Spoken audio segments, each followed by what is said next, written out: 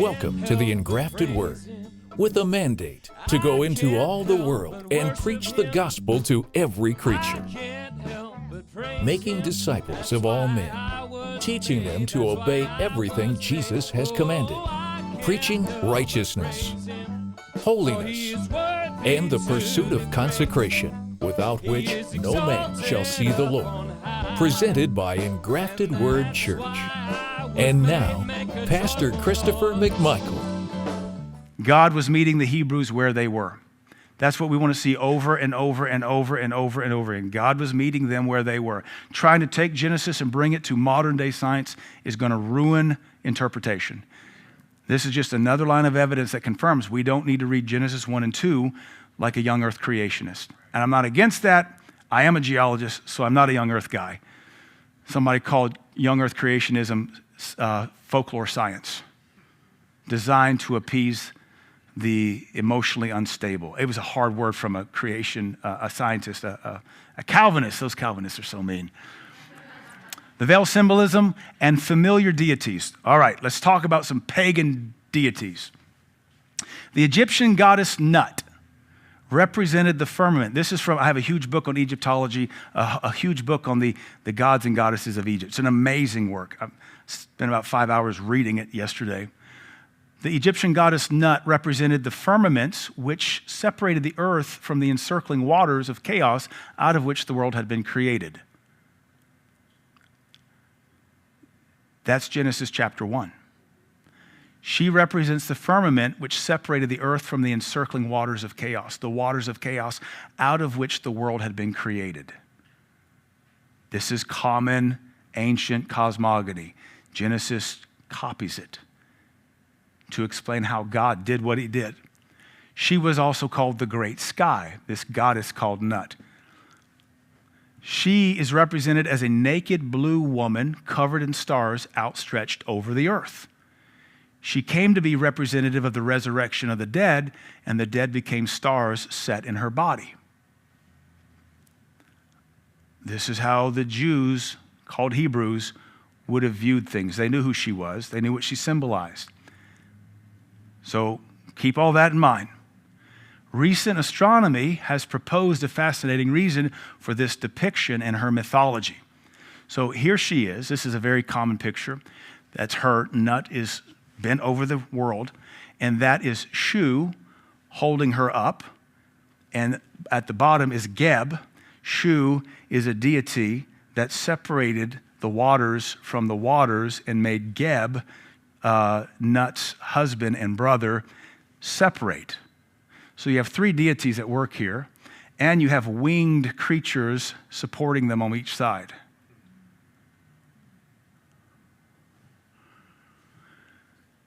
According to the Heliopolitan creation story, it was Shu, Nut's father, who separated her, the sky, from her twin brother and husband, Geb, the earth.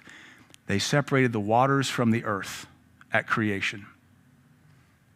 Recall, Yahweh created the firmament and separated the waters from dry land on days 2 and 3. She came to be representative of the resurrection of the dead. The dead became stars set in her body. Just hold that and keep it in mind. Recent astronomy proposes a fascinating reason for her visual depiction. That's the Milky Way in the Middle East. Gives you the chills, doesn't it? So let's go back and look at her.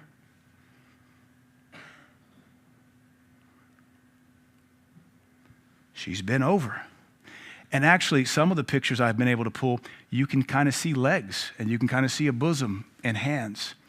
The other astronomy tells us that during different parts of the solar system, the sun would go into her mouth and then come out of her bottom area like she was giving birth. Through astronomy, yay, twinkle, twinkle, little star.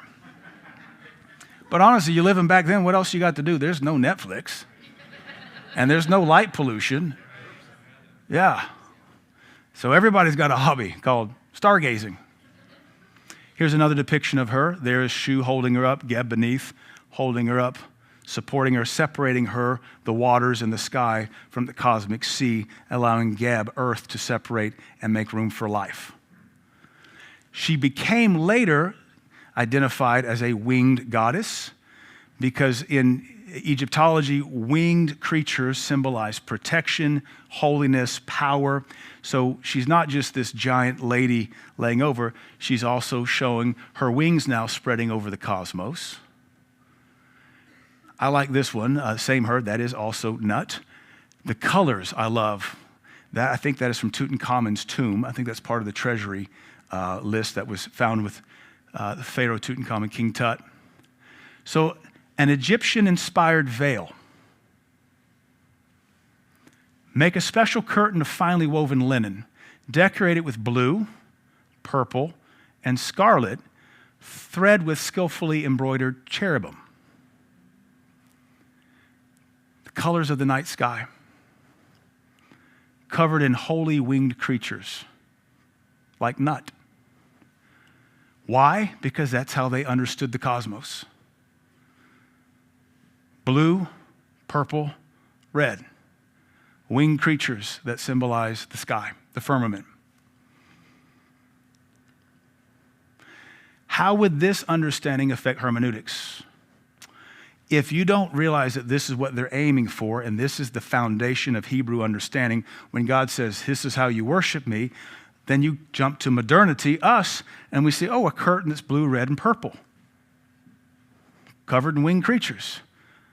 Yeah, I don't think that's quite right. But we're technically, legalistically, we've caught it. Blue, purple, red. Definitely. Got the blue, got the purple, got the red. And we've got angels. They just happen to look Renaissance-like. Here's another attempt. Blue, purple, red with winged creatures. This looks a little bit more Victorian-styled in its angelic host.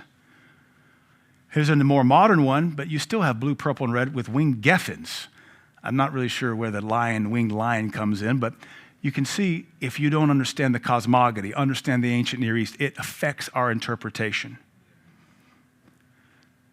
So there's another shot. Blue, purple, red, night sky, the goddess Nut spanning over the cosmos. For what it's worth, when I was doing heavy research on this, when I saw that the astronomers had figured that Nut actually was the Milky Way, I made the mistake of Googling Milky Way Nut. And I got a lot of candy bar pictures. A lot. It was mostly 2/3 Milky Way candy bars and not enough Egyptology for my suiting. This is all the Milky Way from the Middle East. Blue, purple, and red. Winged creature, a goddess called Nut, who kept the heavens. So what is the veil? An Egyptian-inspired veil. Make a special curtain of finely woven linen, decorate it with blue, purple, and scarlet thread with skillfully embroidered cherubim, the colors of the night sky, covered in holy winged creatures. The Hebrews would have understood what it symbolized, the firmament between heaven and earth. Beyond the curtain is the heavenly realm, where Jehovah lives. On this side is time, weather, and food. We maintain order, which, by the way, is what we've all been given. We maintain by serving our God. So what do we do as cookful Christians? Like, we barely tag up for church, don't we? And we do our little 5-minute Devo. And then we live the life, our best life ever. And then if we don't like that, we go find some hireling preacher that'll blow hopium into our peace pipe. Tell us it'll be better. Why are we looking for hope? Because we live in chaos. Why is hope the flavor, the soup du jour? Because Christians live in chaos. But wait, we're not done yet. So there we're back. The curtain would have looked just like Nut. It would have looked like an Egyptian understanding of the cosmos. Light, weather, food. Beyond that, the heavenly realm where God dwells between the angels and where his Shekinah glory touches down. The Jesus in the veil symbolism. Jesus is the light of the world. That's the menorah. Jesus is the bread of life. That's the table showbread. Jesus is the veil. He inaugurated for us a new and living way through the curtain, that is, through his flesh. He is what separates us from the divine. And it was torn that we might come into the presence of the living God. You stick with your 5-minute devos and you'll be a cookful Christian to the day you die. But there's so much more to the Bible. And we should not be afraid of what archaeology or science can discover for us. Our God is not shocked that we will get smart enough one day to have an iPad and a Google. The A&E fashion, in A&E fashion as priest, he also maintains, Jesus Christ maintains all things, not by monotonous temple duties, but by the word of his power. He's still in the temple doing ancient Near East obligations, maintaining the cosmos, not through monotonous legalistic service, but by maintaining it with the word of his power. He maintains and sustains all things, and he's fulfilling ancient Near East expectations. Hebrew worship system. So, here's where we get really cool. What's behind the veil? What's behind door number 1?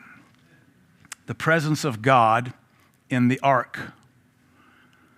Designed with the well-known religious motifs of ancient Egypt. Should not surprise us that the Ark of the Covenant is almost 100% Egyptian. Everything else is, because that's where the Jews have been for 430 years. They understand all of it in Egyptian accents. So it shouldn't shock us or surprise us if we start to look at the Ark and we realize this is heavily Egyptian and pagan with a truth twist. What's cool about this? Let me just pause. Last Friday, we'd already recorded last week's message, did the PowerPoint, and as I was scrolling, I get a lot of archaeology updates in my news feed now, which just shows you where I am in life. And there was an article just released about the Ark of the Covenant being an inversion of Egypt religion, coming out of the University of Liverpool with an Egyptologist. And I said, and I quote him because he uses the term very close to like a Yahweh truth twist. And I read it to Hannah. I said, sounds like me. I'm smart. I should have a PhD from Liverpool University. God was meeting them where they were, then advancing what they knew in order to reveal himself. Even the famed Ark of the Covenant borrows heavily from the ancient Near East, but with Yahweh's truth twist. The Ark's design, let's read this together real quick. Real quick. Let's see, I'm going to go to King James. We're at 12:05. I think I can wrap this up in 15 or 20 minutes.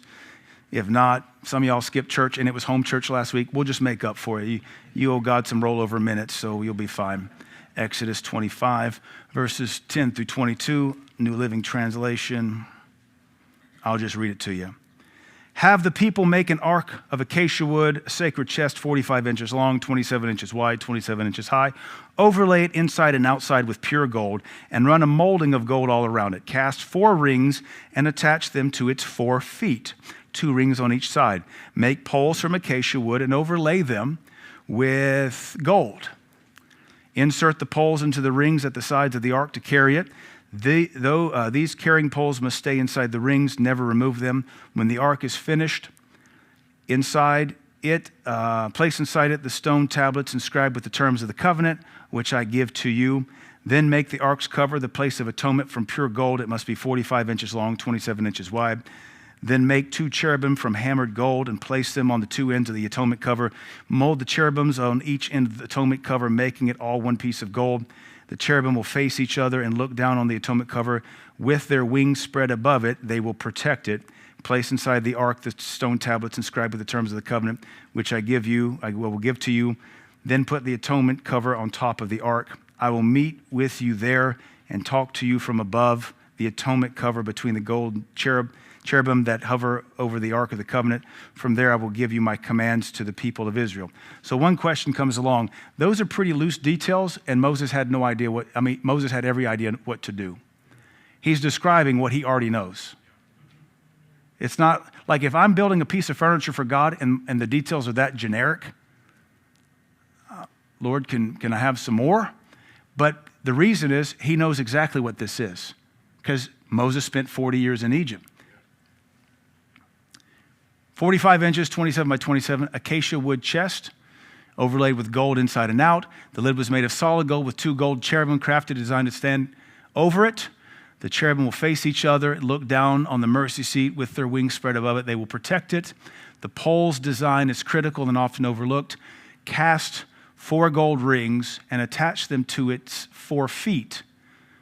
We often see it in the middle. Every translation but the King James says at its feet. 2 rings on each side. The ark was what's called a reliquary. There's an archaeological term. A box used to hold sacred objects. That's what Moses would have instantly known this was. It's a reliquary, an Egyptian reliquary. It was constructed using, this is a quote from the professor David Falk, constructed using a visual language that everyone knew 3,300 years ago, but is mostly lost to us today.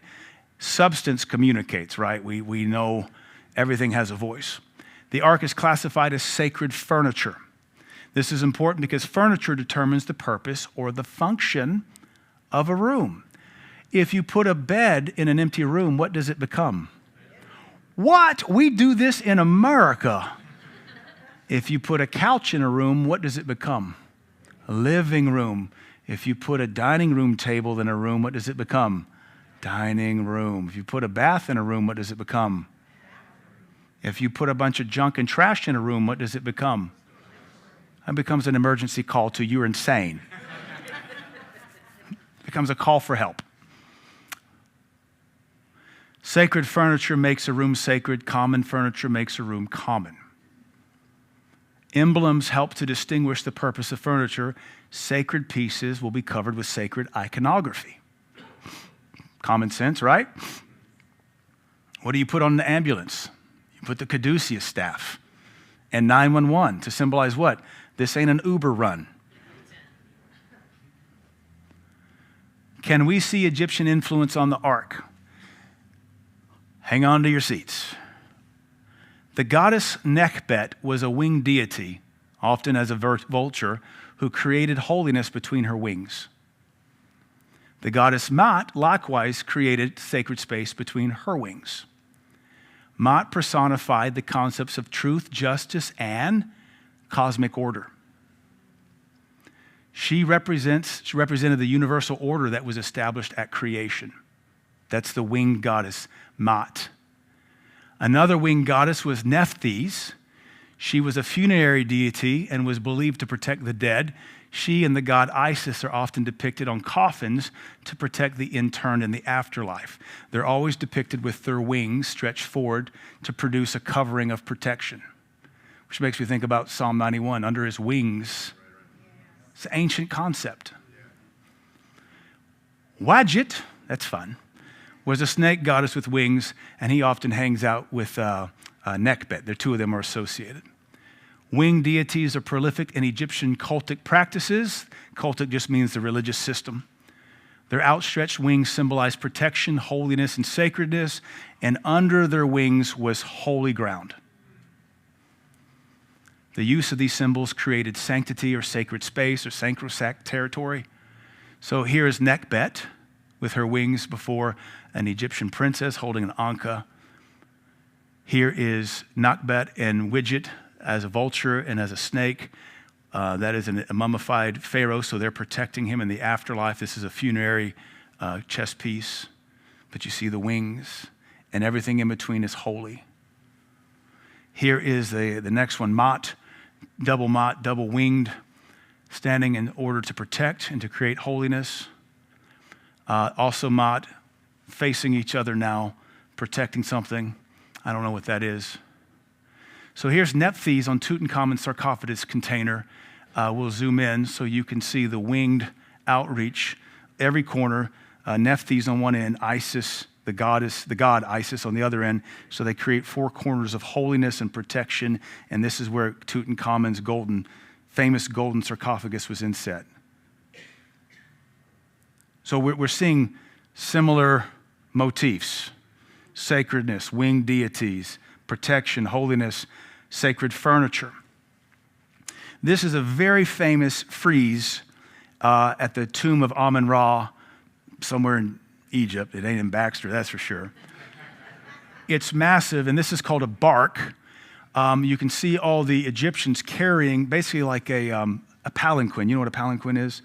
Like one of those like a Chinese throne. That's a palanquin. So a bark is an Egyptian palanquin, but it's made after a boat. So this is like a royal deity boat, which makes sense because they're the Nile people. Everything's about the river Nile to them. And this is how they would carry their deity. They would carry their deity on their shoulders, on a boat that represents how they move around. And then the tower coming out of it is like a chest. And that chest would then hold the idol that was the idol of their god. Now, what's cool, if you zoom in, you can see on the top of the chest, so this is at the very top middle. I zoom in, you can see Ma'at, or one of the winged goddesses, standing over the idol, protecting it as they carry it on their shoulder. All right?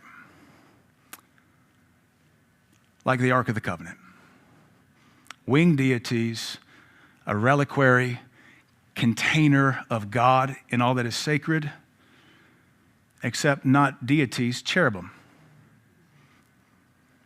We're familiar with all these icons, except they all get it wrong because the pole is at the bottom. We're all familiar with this. Moses knew what he was talking about. He knew what God wanted because this was common. He understood all the symbolism because this is what they just came from. And yet, this should not offend us because we know God is about to drop his massive twist. Egyptian idolatry. People in the late Bronze Age believed in localism. That is the belief that a god could only be in one place at a time. The natural result was idolatry because an idol was a place where the deity could maintain their presence. Egyptian practice enthroned the idol on a pedestal and placed it within a shrine, a temple, or even a tabernacle. They did have tents in which they worshiped their deities. Every day, the Egyptian priests fed and clothed their gods and placed them upon their thrones. Then at night, the priests would put their gods to bed in naoses, that is basically an inner sanctuary, inner sanctum at the back of the temple, and they put their god to bed because he needs to be fed and changed and burped. Here is a ritual carrying box, Egyptian, I don't know what era, maintained gorgeously. They would have put the idol inside of this box. You can't see it in this picture, but there are Egyptian hieroglyphics carved in the wood all the way around. Those hieroglyphics make it sacred, and what would have been placed inside would have been an idol. And that's how they would have transported their god, because he has to be carried. Egyptians had different types of chests that served different types of religious purposes. The Pedis chest was used in a ritual that took profane offerings and sanctified them for use in temple rituals. It was decorated with the Euresis frieze. Euresis is the cobra, the winged cobra that spits fire, and made it sacred. It also had carrying poles at the base of the chest. The Pedis is the chest that had poles at the bottom. That's just like the Ark of the Covenant. That instantly says this is going to be a Pedis chest. It's going to take that which is sacred and make it holy. And it's to be carried. It's how we're going to transport God. Here is the chest of Anubis, gold inside and out. It's actually a canopic Pedis, which means it was used to transport. A canopic is a jar that had the guts in it. If everybody's had a little bit of mummiology. Take the guts out, put them in canopic jars that have different animals' heads on them, and then you would transport those jars full of guts to the sacred resting place, and you would use the chest of Anubis, gold inside and out, handle at the bottom, deity on the top. Anubis is the guardian into the afterlife, right? Looks like the Ark of the Covenant. And the top of the Anubis chest was called the mercy seat. Except the dog is sitting on it. There's a sermon in there somewhere. Arise, Peter, kill and eat. How about Chris? Arise, Chris, kill and eat. Yes, sir. Yes, Lord, I will obey you. Idols were also transported in sacred chests. The ark transported the 10 Commandments. No idol, law, covenant. Beginning to see the truth twist. Almost done here. A sacred shrine without an idol was unprecedented in the ancient Near East world. By excluding idols from the ark, Yahweh flipped the notions. This is from a news article, by the way. Not me. This is a news article, a British news article. Yahweh flipped the notions and symbols of ancient Near East religion and demonstrated that he was not cared for by human hands, never slept, and was always on the throne. Just by simply making it empty with no idol and putting the law, that's what we're to serve. Totally on what the Egyptian religion said. The mercy seat was a place for atonement, not a seat for idols.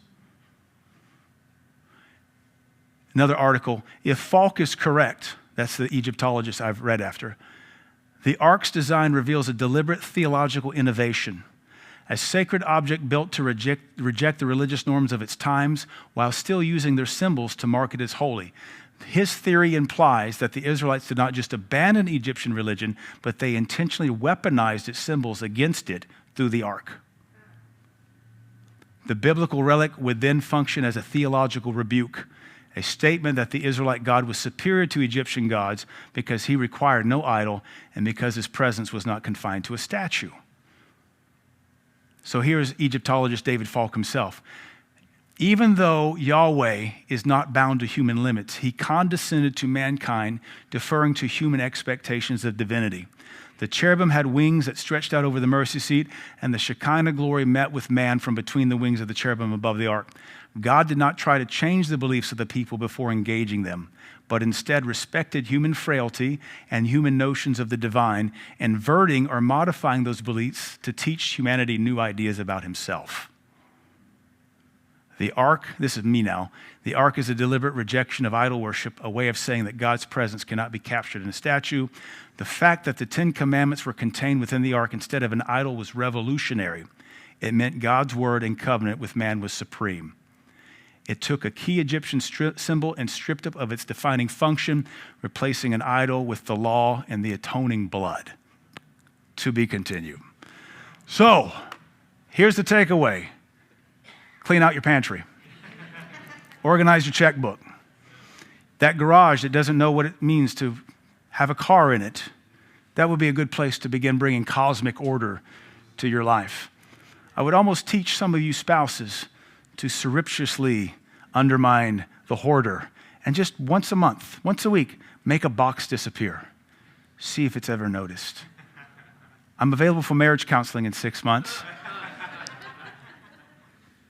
No, hopefully that's all great, fun, and awesome and heavy, and that makes my heart stoop and swell and go, my God, we know nothing, my God.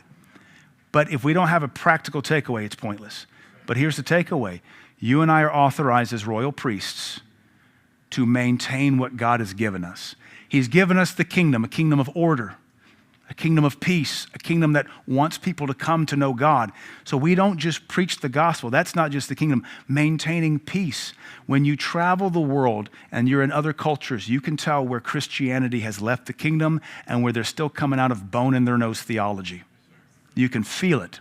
The kingdom of God is supposed to bring peace and order everywhere we go. It should start in our homes. It should start in the Upper Cumberland. It should start with your finances. It should start with your health. It should start with your habits and your hobbies. It should start with your parenting. Let it begin with you and expand from there. Otherwise, all we're doing is just abiding our time, chasing our dreams till we die and go to heaven. So you've got to figure out, as a priest, what assignment has God given to you? Where does he need you to bring order into your realm? Because that's what will draw people. All right? Thank you for joining us today. We trust that the preaching has been a delight and blessing to your soul. Be sure to join us every Sunday and every Wednesday at 9 a.m. and 7 p.m. for the preaching of God's Word. For more information, contact our website at www.engraftedword.org.